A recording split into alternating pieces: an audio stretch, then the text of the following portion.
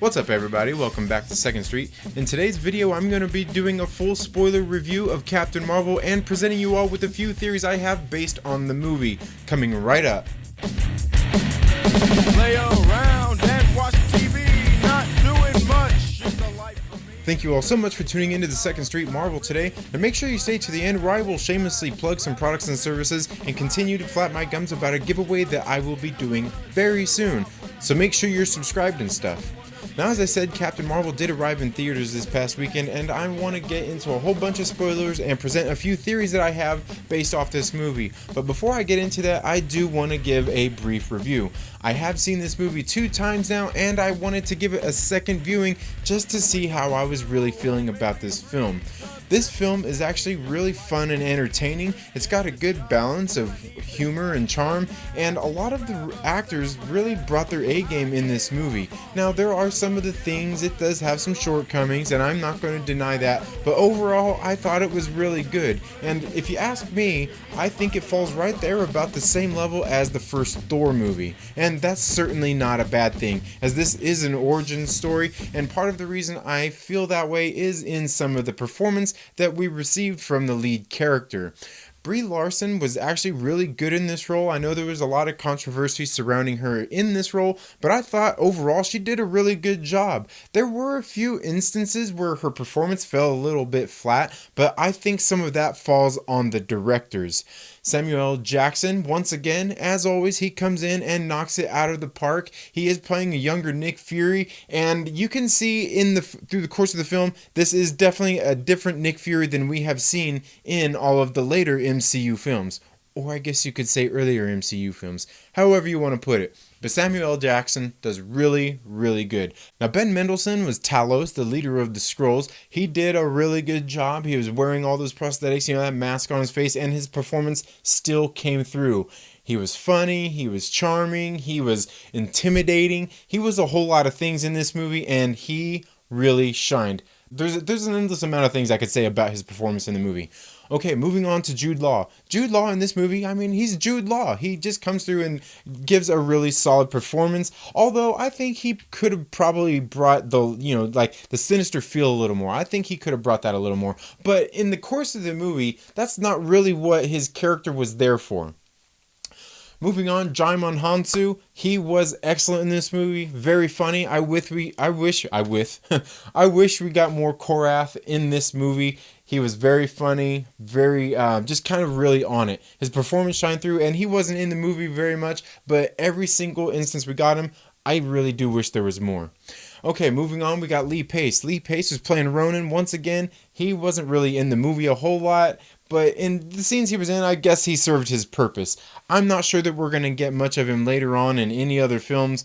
I almost wish we did, because I like him as this character. This character is pretty good and intriguing, but honestly, I don't think we're going to get more of that, as we all know that he died in Guardians of the Galaxy. Now, moving on, we got Akira and Azari Akbar. These are the 2 little girls who played Monica Rambeau. These little girls, they both killed it in this role. They're not really big, but they did play kind of, like a really important role, and I thought their performances really stuck through in this film, even as little bit of time as they got in this film. Now, the last one I want to talk about is Lashana Lynch. Lashana Lynch played Maria Rambeau in this movie, and she did a phenomenal job. She took full advantage of the opportunity she had in what little bit of lines and dialogue that she had to deliver, and nailed it. She absolutely nailed it. I think she is probably the unsung hero of this film. If it wasn't for that one scene with her and Carol, this movie may not have worked as good as it did. Hands down, Lashana Lynch nails it. Probably, like I said, probably the best performance in the movie. Moving on to the pacing of this film, I thought it was paced really well. It moved along. It didn't really get boring. It slowed down just enough for the points that it really needed to get in those important plot points and some of that story that we needed moving forward in this film. Like I said, I didn't really get bored, and not even my wife, who falls asleep in nearly every movie we go to, I didn't even see her eyes blink. And believe me, I was watching. I always watch to see if she's going to fall asleep, because like I said, she falls asleep at nearly every movie we go to.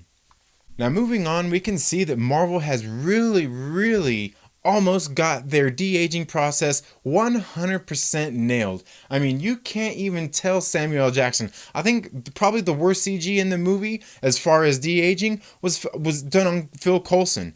Clark Gregg, I mean, you can see there's a couple of scenes where he looks where it looks a little too like airbrushed maybe. I'm not sure what they did there, but there was just a couple of scenes where they had him where it just looked a little too overdone. But overall, they did a really good job. After the first couple of scenes with Samuel L. Jackson, I mean, you don't even think twice about it. It's just that good of a job.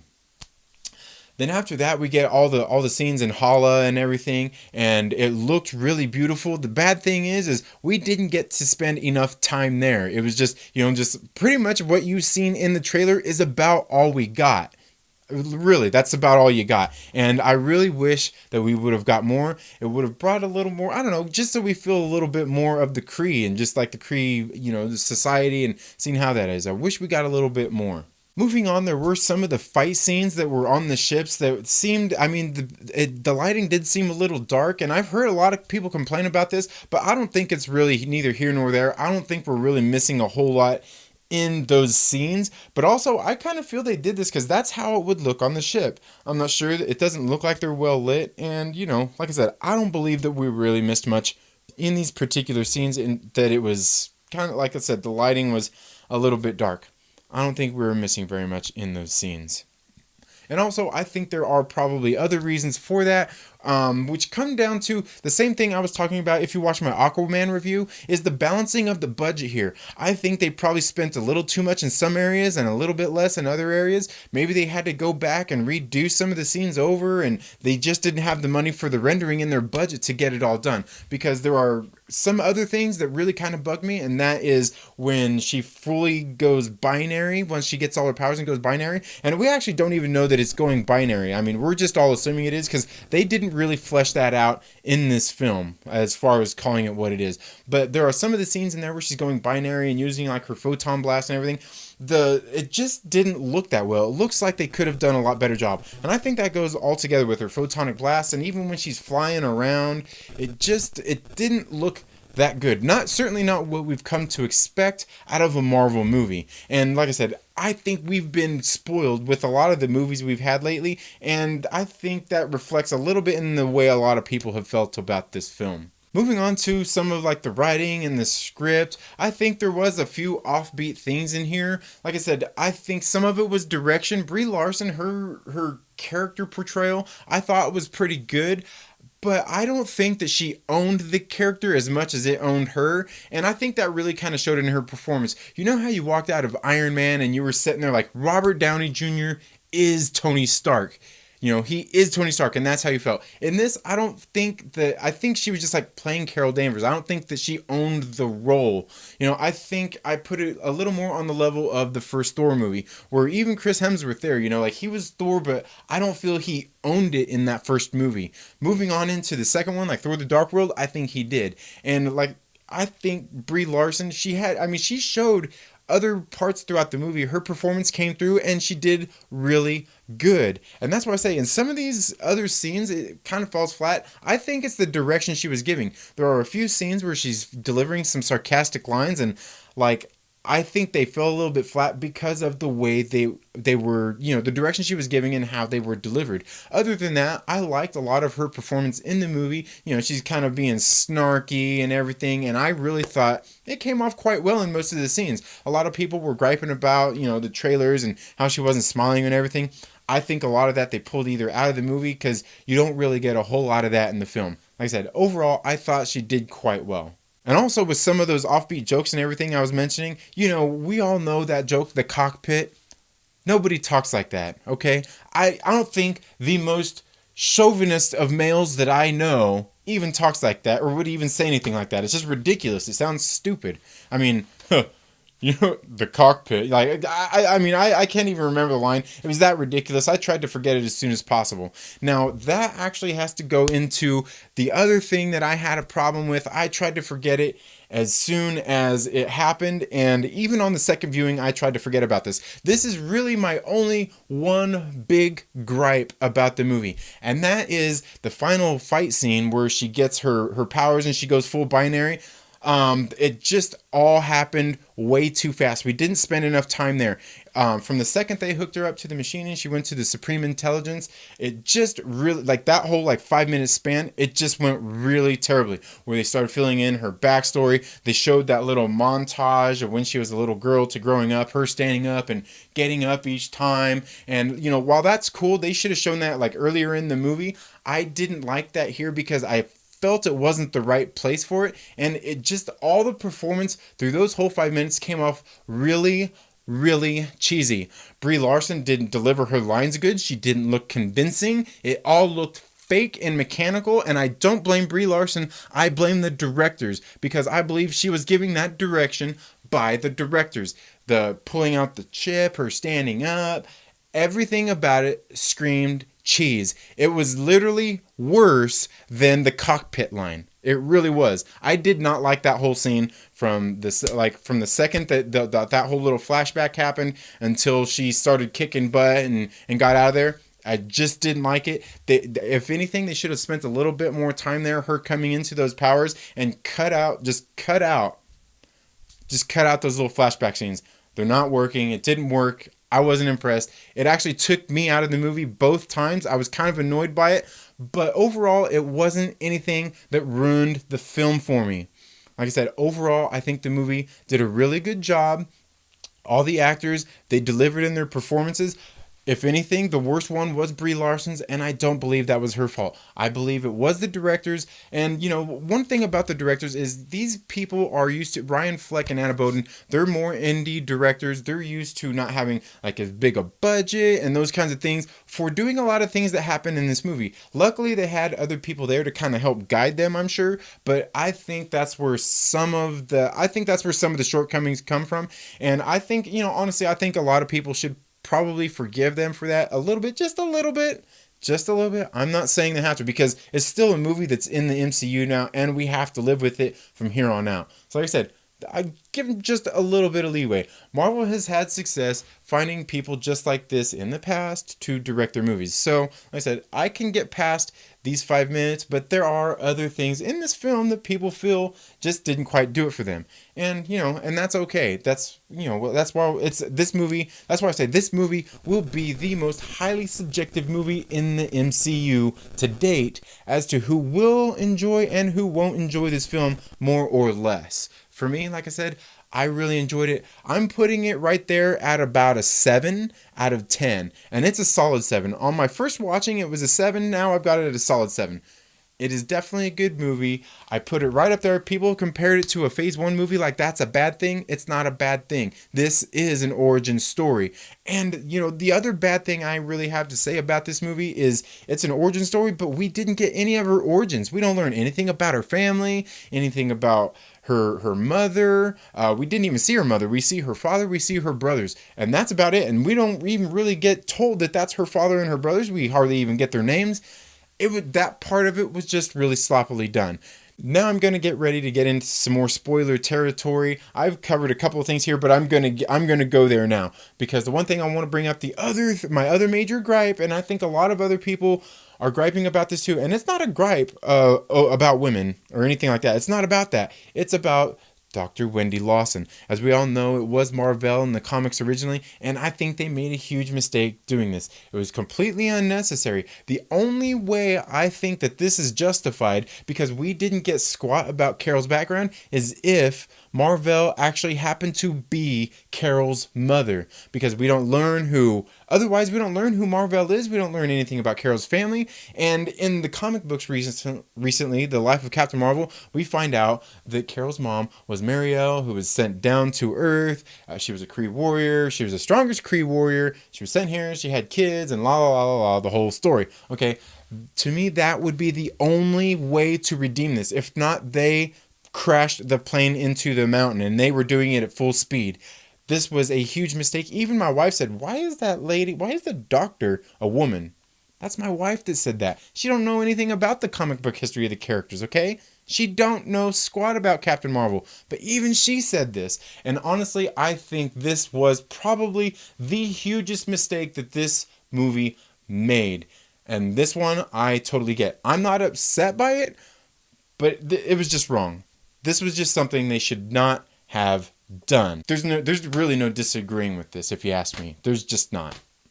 Now moving on, I'm going to get into spoiler territory here and start presenting some of my theories based on the things that happened in the movie, and I'm going to kind of follow the same chronological sequence that the movie did. In the beginning, we see her waking up from having dreams about the explosion. We see her going to Yonrog, and they go into a nice little training sequence. We see that she has lots of powers and she knows how to use them. We can see she's starting to charge up her hands with, whatever, the photonic energy and things like that. At this point, we don't really know what her powers are, and through the course of the whole movie we don't really learn what her whole powers are, and as I said earlier, we don't really learn a whole lot about her history in this film.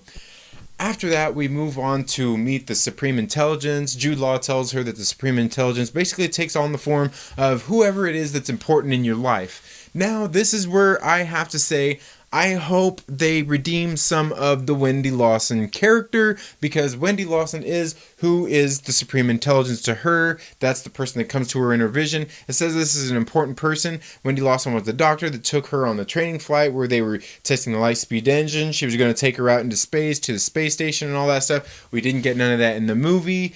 And like I said, I feel the only way to redeem Wendy Lawson instead of Marvell, as Marvell, I just think the only way to do this is if she was actually Carol's mother. As I said before, it just seems to make sense. And since we didn't get any story about her family, it really only seems to make sense. There were allusions to it in the movie that maybe it possibly could be her mother. That's kind of what I took away from it, because we didn't get anything about Carol's family. So that's Annette Bening as the Supreme Intelligence.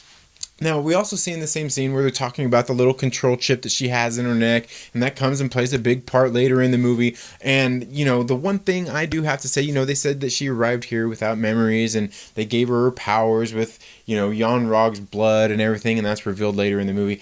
I kind of believe that, but I kind of don't. I don't know. There's just too many things going on here, and so much we didn't get out of this origin story that I feel like this mind control chip, again, it's just, I'm not sure that it's anything that's really, it just seemed like a little minor plot device. But let's not forget, maybe this little chip, this little inhibitor chip, actually is something that actually we see used on a similar device used on Thor in Thor Ragnarok. But I'm not exactly for sure what this chip does, and if it's something that we might find used later. But we can see that it does limit her powers, and that's something that actually even came in a theory recently. I don't know, probably on Reddit or something. I've seen it in a lot of videos where they're talking about Thanos depowering Carol Danvers in the upcoming Avengers film. So we do know that can be done. We know that just from this little inhibitor chip. Now, moving on, we see that the Kree gets sent on a mission to go find sonar on this planet. I can't remember what planet it is right off the top of my head. I will let you know more on that later. But we see they get there, and it's infested with Skrulls and everything. When they're there trying to find sonar, they get ambushed. The one thing we see is the Kree weapons. We see like they pull out their weapon, and the gun, it kind of pops up, and it starts to extend out, and it just kind of shows. We kind of get these little brief glimpses of the Kree technology and just how far advanced it is. It actually seemed quite cool. And there's like a whole lot of other things that we see throughout the movie of their technology, like the little things on their wristbands, how they project their little, when they're communicating. They got all kinds of ways to basically integrate their technology into current technology as well, our technology here on Earth, which at the time was in 1995 when this movie was set. Now moving on, obviously we know Carol Danvers gets caught, and her name is Vers at this point, or Veers, and she gets caught by the Skrulls, and they take her on, and next thing we know, we see her waking up, and she's in the little machine we see in the trailer. They're kind of going through her memories, finding out who Lawson is. We see the dogfight that she got caught in when they were testing the light speed engine and all those things. We see all these things, and then she obviously breaks out, fights all the Skrulls there, and she has these things on her hands, that keep her from using all her powers. It was a really cool sequence. I liked the little fight sequence there. We see her, she blows up the ship and goes to get out, and she runs, runs back in to grab her boots, and then, I haven't seen anybody else mention this, but am I the only one that when she was trying to escape that ship, that thought when she went in there and tossed the person out of the ship that it just reminded me of Spaceballs? Am I the only one that thought that reminded me of Spaceballs? You know, where Lord Helmet goes in there and says, that's my escape pod, and then the bearded lady comes in there and rips him out, and he's like, hey, that's my pod, you fat bearded bitch. It just kind of reminded me of that. I don't know. It reminded me of the escape on from Spaceballs scene. Maybe it's just me. Let me know what you think down in the comments below. Then obviously after that, she crash lands down onto Earth. She goes into the blockbuster. You know, we see the True Lies, we see the right stuff, all the video stuff, all the nostalgia really starts to come out here. And then, you know, we see she bumps into Nick Fury and Phil Coulson. She gets kind of gets a little starts to be a little smart ass with them. But it didn't play too much. I mean, they didn't play too much on that. She seemed a little snarky. It didn't seem like anything too bad. Like I said, a lot of people talk about the agendas and stuff in this movie. I don't really think any of that came through in her performance. She wasn't trying to say like stupid men or anything like that. It was just, she just seemed like she was like a typical, 90s snarky kind of, I wouldn't even say it was sarcastic, but just kind of a lot of snark in her and sass in her performance. And overall, I mean, for the most part, I thought it played really well throughout the movie. Even in the scenes where, it seemed like she was laying it on a little thick in some spots. But again, it didn't really bug me. After that, obviously, they get attacked by the Skrulls. She goes on the chase. They land on the subway. Now, like I said, some of the photonic blasts and everything, I mean, it just didn't look too good. The fight on the subway was cool. We obviously got that great cameo by Stan Lee. And I got to tell you, both times that cameo really got me. We see Stan Lee reading the Mallrats script. And that really kind of made me get a little bit emotional because, I'm a huge fan of Kevin Smith. And this particular scene in the movie of Stan Lee, this particular cameo was, it was Stan Lee paying homage to Kevin Smith, the man that built an empire. He built his whole career paying homage to Stan Lee, and they paid homage to Kevin Smith in this movie, and I thought that was like the perfect touch and it was a perfect send-off cameo, like last cameo for Stan Lee in one of these films. Obviously, I think they've got some stuff coming up for Endgame and maybe even Spider-Man Far From Home. But this one, it was really well done. It was really touching.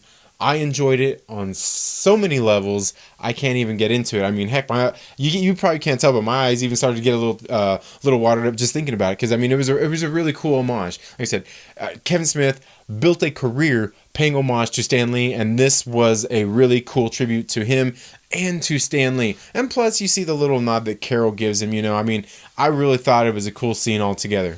Now, after that, we move on and we see Nick Fury. He gets in the car crash. He sees the Skrull. Funny scenes. Then we get him taking that Skrull back to base. What we get here from the doctor, the surgeon, when they're performing this autopsy is what's really cool, which he references later as alien autopsy, which is really funny.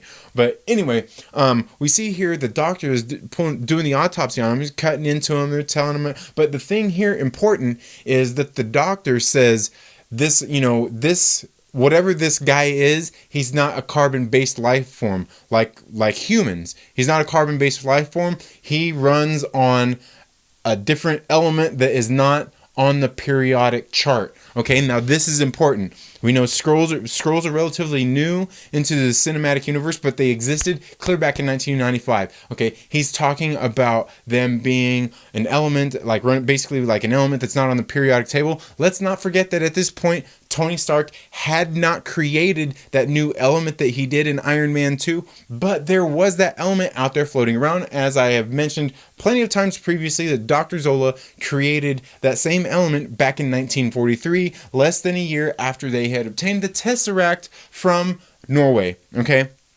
So that's neither here nor there. And maybe this particular doctor had just never studied that element to know what it was, and let alone it's not listed on the periodic table. So that new element is not there, and he did mention that, and I think that's going to possibly play a part because, like I said, they did create a new element out of with the Tesseract, with the power of the Tesseract. So there is that. But also, if you've seen any of my other videos, I honestly think that the Power Stone actually landed in Wakanda, and I think that's what enriched the soil, created vibranium, created the purple heart-shaped herb that gave the Black Panther his power, and in turn is the same thing that Dr. Erskine synthesized to put into Steve Rogers' blood as the super soldier serum.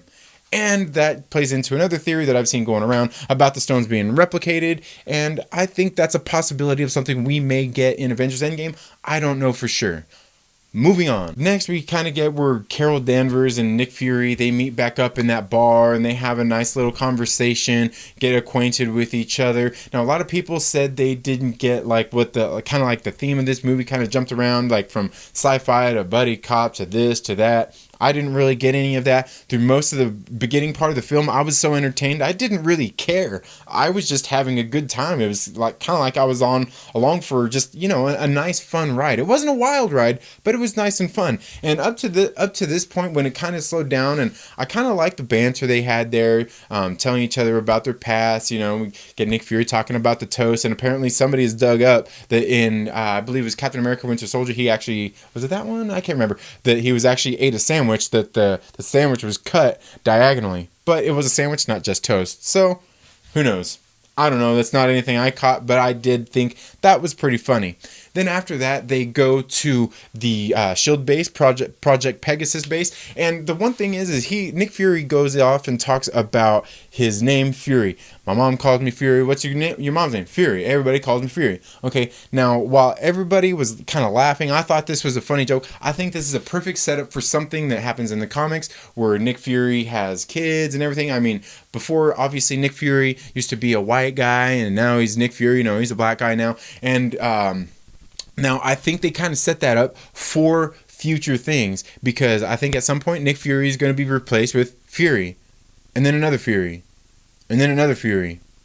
They just set that up so perfectly right there. So, you know, like I said, they in a lot of these Marvel movies, they set a lot of the biggest Easter eggs up in just little conversations the characters are having. And I think that's kind of what they did here with Nick Fury's probably future and past. Now, once they get to Project Pegasus, we run across Goose. They get captured, and you know the whole pager thing she takes from him and eventually gives back to him. And they go in, they start discovering her past and all those little things, and you know that's all cool and fine and dandy. It leads them to Maria Rambeau's house where they meet up, and obviously that's when we get and meet Talos really for the first time and kind of find out his agenda and everything. Now, the scene there at Maria Rambeau's house, it was really well done. There's, you know, little things that you could nitpick at, but, you know, like I said, Maria Rambeau, Lashana Lynch's, her scene here was phenomenal. I thought it was really good. I think it kind of outshined Brie Larson's, her performance here, and I think that kind of makes it suffer a little bit here because, and you know, one of my friends had said that he thought there was allusions to the fact that they had a relationship. I didn't really get that out of the conversation that Carol and Maria had. I didn't get that out of there. I just thought that they were really good friends. I mean, they came up in a time as women together when women weren't wanted in the Air Force, and they had a close bond, and that's just how it is. If you don't have a best friend, it's probably something you won't understand. I personally don't really have like a best friend anymore, but I still get this connection. I get why they would put that in there. I didn't really get anything about them, you know, having any kind of relationship like that, but I did have one friend that said he thought that it felt like that to him. But I personally didn't get that out of there. Now, as I said, we do get Talos in here, and he kind of tells his agenda and what's going on and explains a whole lot of things. One thing a lot of people were laughing at was when he walks in sipping the little shake and everything, how it's like Samuel L. Jackson in Pulp Fiction. But you know what, honestly, if you're going to go Pulp Fiction and you're going to bring up Quentin Tarantino in this, well, why don't we just go far back as Reservoir Dogs and was it Mr. No, it's not Mr. Brown, but Michael Madsen's character in there, you know, he shows up, you know, and, you know, he has a shake and they do the whole little thing, you know, are you going to bark all day, little doggy? Or are you going to bite? Okay. Reservoir Dogs. It goes clear back to that too. I'm just tossing that out there, but I really do honestly think maybe it was probably a little more towards Pulp Fiction since we got Samuel L. Jackson in this movie. But Ben Mendelsohn, this is where he really shows up and his performance starts to shine as the Skrull leader. We see the Flurkin, we see his reactions to it. We got many of his reactions to the Flurkin, and they are hilarious. Like I said, Ben Mendelsohn's his portrayal of this character really comes through, even in that mask. Okay, he does a really excellent job. Now, obviously, we move on to the Kree ship after that, where they're going to assume we're going to get the Tesseract, but Talos is actually going there for another reason. We find out it's so he can meet his family. Now, once we get here, there's a whole lot of other things. We see the little trolls on the desk. We see the whole little thing. You know, they're like, "Hey, what's going on?" Then all of a sudden, we see all the Skrulls showing up. Talos is reunited with his family. It's a really touching moment. But there are a few things here that I think set up the future, and a lot of people were kind of upset about the Skrulls and how they seem to be good guys, not bad guys. And you know, there's a few things that I want to say. Okay, for one, we see Talos was here and he's meeting his family. You can tell he loves his family. He's been missing him. He's got his daughter there. But he even says in the movie, he said, you know, he's talking about this war. He said this war, you know, he's like, my hands are bloody from it. And you know, if he's out there, and he says there's thousands more out there, you know, if his hands are bloody from it, you know, he says it in a way it looks like he feels bad. So I think he does feel some remorse for some of the things that he's done. He knows he's not done a good thing, but he's just trying to save his people. I get that. Some people are talking about the social justice warring going on in this movie, like with them being refugees and all this kind of stuff. You know, fine, I get that. I do get that with the times, because, you know, obviously there was the comment in the movie about the what's her name had made, Gemma Chan's character, Minerva had made about well, I can't even remember what they're calling Earth 35 or whatever they're calling it. She refers to it as a shithole. So we know here they're obviously trying to play on some of the politics, and you know, with the refugees and all that stuff. I mean, they put that in there, but I don't think they laid it on so thick that it was anything that was really glaring out about the film. Now, however, I do want to say about Talos and his family, let's think about this. His hands are bloody. They've got thousands more out there. Once they're united, there's a lot more of them together. But then let's fast forward, say, you know, 20 years or so, and Thanos gets all the stones and snaps everybody out of existence. I can guarantee you he's going to lose some people. They've all lost some people. At that point, Talos and the Skrulls are going to be pissed. So if you're mad that, you know, the Skrulls weren't the bad guys in this movie, believe me, it's coming. It's coming, and they alluded to it with that scene. Some people they're just looking for too much stuff, and they're just so thinking about right now about the Skrulls being set up, and they're the good guys. They're the good guys now. This is 20 some odd years ago. This is 1995. We're in 2018 in Infinity War. By the time that snap happens, I can assure you Talos is going to be pissed. If not, some other Skrulls who are probably more extreme than Talos are going to be pissed. So it's coming, folks. It's coming. Don't be upset about the Skrull thing. Don't.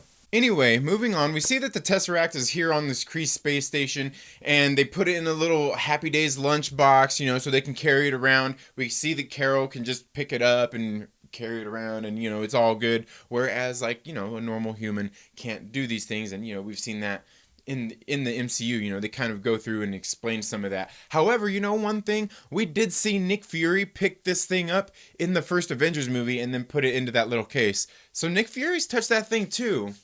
I don't know, you know, just something, and that's something I noticed in the Avengers movie a long time ago. I just kind of thought that was a little strange, considering, you know, the average human is not supposed to be able to pick it up.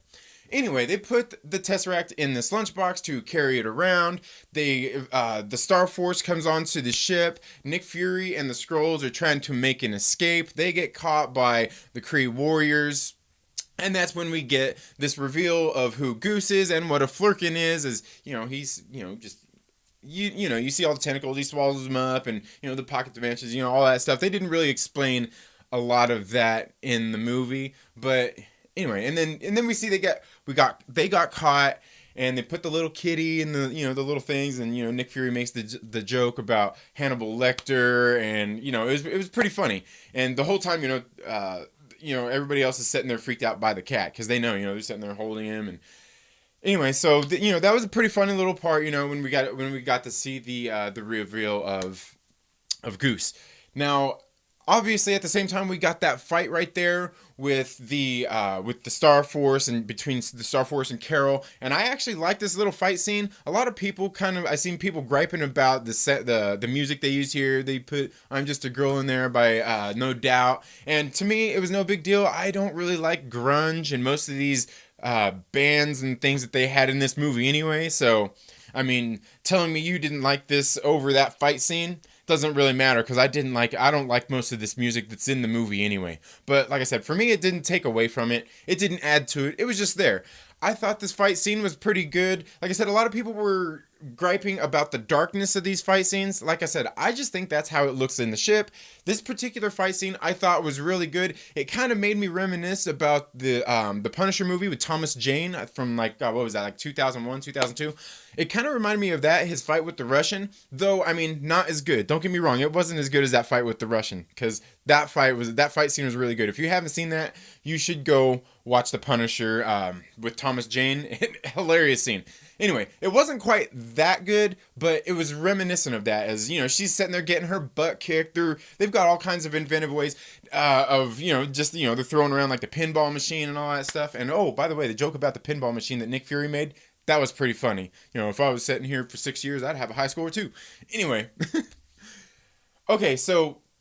Anyway, I thought this fight scene was pretty good. Now, let me tell you one thing. All the fight scenes in the movie, they're not like super like choreographed where they're doing a whole bunch of cool things, They could have improved on the fight scenes, but also, I mean, we just didn't get enough of it in the movie anyway, where she had to be crafty. Now, then obviously she gets caught by the Kree warriors and they hook her up somehow to the Supreme Intelligence with, all their Kree technology. So she goes to talk to the Supreme Intelligence, and this right here, I already talked about this. This right here, this next whole like at least 5 minutes of the movie is what I think is absolute trash. Okay. She goes to see the Supreme Intelligence. She's hooked up to the machine. They're talking. They start fighting, and she's hooked up to the machine. And she starts fighting back. And they didn't. To me, it's trash because they didn't spend enough time in this scene for the way that it went down. Because she's just sitting there, and all of a sudden she just stands up and said, "I'm tired of you telling me what to do," and rips the thing out of her neck and the inhibitor chip out of her neck, and just it was garbage, And then they show the flashbacks of her, standing up all those times in her life, and it just does not work here. This should have been done earlier in the film when we learn about her past. But you know what? We didn't learn about her past in this movie. It's not there. That's one huge glaring thing about this movie. This is an origins movie, and we didn't get any origins in it. We got her friendship with Maria. She was in the Air Force. That's it. No other past. We didn't get no. So while it's an origin story, we didn't get that. So this completely took me out of the movie both times I've seen it. I'm going to be highly critical of this whole 5 minutes. And there's just so many reasons why. The scene does not work. It doesn't hit home. It doesn't make me feel good. Brie Larson's acting here is trash. And I don't blame her, because we see throughout the movie she performs quite well in plenty of scenes and does really well. Her performance here is trash, and I blame the directors. This whole scene is garbage. She gets in the fight all of a sudden. She just breaks out of the chains of the Supreme Intelligence. She starts kicking all the Star Force ass, and then she chases after Yon-Rogg. She punches the hole in his ship. She starts falling to the ground. All of a sudden, out of nowhere, she didn't know how to fly before. She can fucking fly now. Okay? No. And then she just starts jumping up and starts punching through ships. No. That's not how this goes. Okay. Either you spend more time building up to that in this scene, because it just did not, it needed more time, or you needed to cut this out. She just came onto her flying powers and all of a sudden she's punching ships out of the air. Get out of here. And this whole scene right here, the CG is garbage. Did you see where she's punching through the ships? Trash. Absolute trash. Get the scene out of the movie. You know what? Honestly, I am upset about this scene. And like I said, the CG through here is garbage. When you see her going full binary, I've already talked about that plenty of times. It's garbage. Like, the CG here isn't good. Just take a little bit of the, like I said, James Wan and Aquaman balanced the budget good. The CG in the movie is great. And in other scenes where it doesn't need it as much, to production value, you can see it's lower. And it's perfectly fine. They didn't balance their budget good enough here. The timing of this scene is absolute trash. Get it out of here. I just did not like this scene. Now the thing where, Minerva was chasing after Maria Rambeau and all that stuff, that was pretty cool. I did like that. But just this whole scene where she just goes and, kicks all their butts and just learns to fly like that, and just garbage. Just trash. I don't like that. I did not like that at all. Now, okay, I need to move on from this. The next thing we get is that final battle with Jan Rog. Okay, she lands down, and he's getting up, he's all beat up, and after the crash, and he's just sitting there, and he has his guns drawn on her, and I love this scene, because he's just like, he holsters his gun, and he's like, I'm so proud of you, and all that. I love this scene because it seems like a classic, like it seems like I've seen this in a movie before, and I can't place what movie it was, but I know I've seen this in a movie before, and it's great. It's just like a classic move. He's trying to get her, he's trained her for so long. She knows he has respect for her. She has respect for him. I believe she does, even still after him betraying her and everything. And, but he's trying to get her to, to come back to, the whole master, thing, because like I said, he helped train her and all that stuff. It was just really great. And then how she shot first. she didn't pull they didn't George Lucas this scene. Okay, so this is where it got good again. Okay, after that trash 5 minutes or so, this is where it got good again. And I love the way she just blasts him, and then she just goes up there and drags him onto the ship, puts him on, and says, "Hey, get out of here. Tell the Supreme Intelligence I'm coming for you. Coming for you." And then I thought it was just funny. I was like, how does that work when she photon blasts the ship and it takes off? I don't know how that works, but it just seems silly to me. It also seems silly that Jan Rog's little ship and its damage is going to make the time, like the space jumps through space to get to Hala that fast. But I don't know. I just thought that was weird. But I did like that last little scene. Yeah, I don't know. I'm sorry. I kind of went off there, didn't I? Like, I'm telling you, that 5 minutes of the whole movie was absolute trash. It was trash. The CG was trash. You know what? I don't want to mention it. I don't want to mention it again. I think you guys seen enough of that. Okay, now then the next, obviously the one thing we see was the when the kitty scratched his eye, when Goose scratched Nick Fury's eye. A lot of people were upset about this, and I actually really liked this because, for one, you've seen the look on I keep saying Talos, but they say Talos in the movie. We keep seeing the look on Talos' face the whole time, and then he's sitting there like, no, and then he gets scratched, and he's like, oh, it's just a scratch. And for one, if you get scratched on your eye, that's gonna jack your eye up in the first place. But then we see Talos, he's like, And then obviously we see Nick Fury lose the eye. A lot of people were upset about Nick Fury losing the eye this way. I actually don't. I thought it was perfect. It's perfect. I don't know why people don't see how perfect of setup this is. It's just like, it reveals so much about Nick Fury and about his character. And just like, he plays like, this is the first movie we got him being lighthearted and all those kinds of things. And it shows how much of a hard ass he is later, and how much it's built on just, he's just being grandiose. He's just building things up. And we see that later when Coulson brings Nick Fury the glass eyes and everything to take a look at. It just reveals a lot about his character. I mean, it just does. He's just building things up to sound more big and monumental than they are, and I think it's perfect. I loved it. I absolutely loved it. Now the thing is, we don't know enough about some like the cat, him clawing him. Does the kitty have any special powers? Does his claws do anything? I don't know if they have that in the comic books or anything. But even if they did, obviously we know they don't exactly follow what the comic books do in these movies. So anyway, like I said, I liked the whole Nick Fury Flirkin thing. Now obviously I made mention about the Fury name and how he I think that's going to carry on through his legacy. And then a lot of people were upset about how he named the Avengers, the Avengers Protocol, because they seen the thing, on Carol Danvers' aircraft, it says Captain Carol, the Avenger Danvers. Yeah, big deal, man. Big whoop. It doesn't matter where the Avengers name came from, does it? I mean, does it really? I'm sure they probably have comic roots to that too, why it came along. But I mean, to me, it doesn't really matter. It's not one of those things those fundamental things that if they change it from the comic books, that really matters. Like the Wendy Lawson thing. Okay? Yeah.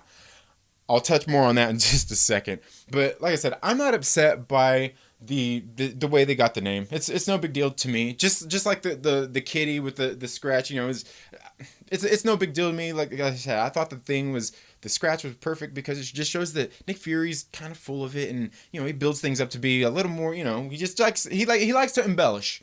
Nick Fury likes to embellish, okay? And we've seen plenty of instances of that. Okay, now, a lot of people were upset about the Skrulls, people talking about, the invasion and all this stuff, and how we're not going to get it now because the Skrulls are good guys. Like I said earlier, this is like 20 some odd years ago. Wait until Thanos shows up, collects the stones, and snaps everybody out of existence, okay? Not everybody, 50%, you know what I'm talking about. But they're going to be pissed. Somebody's going to be pissed off. If Talos isn't there to be pissed off, it's going to be his daughter or his wife.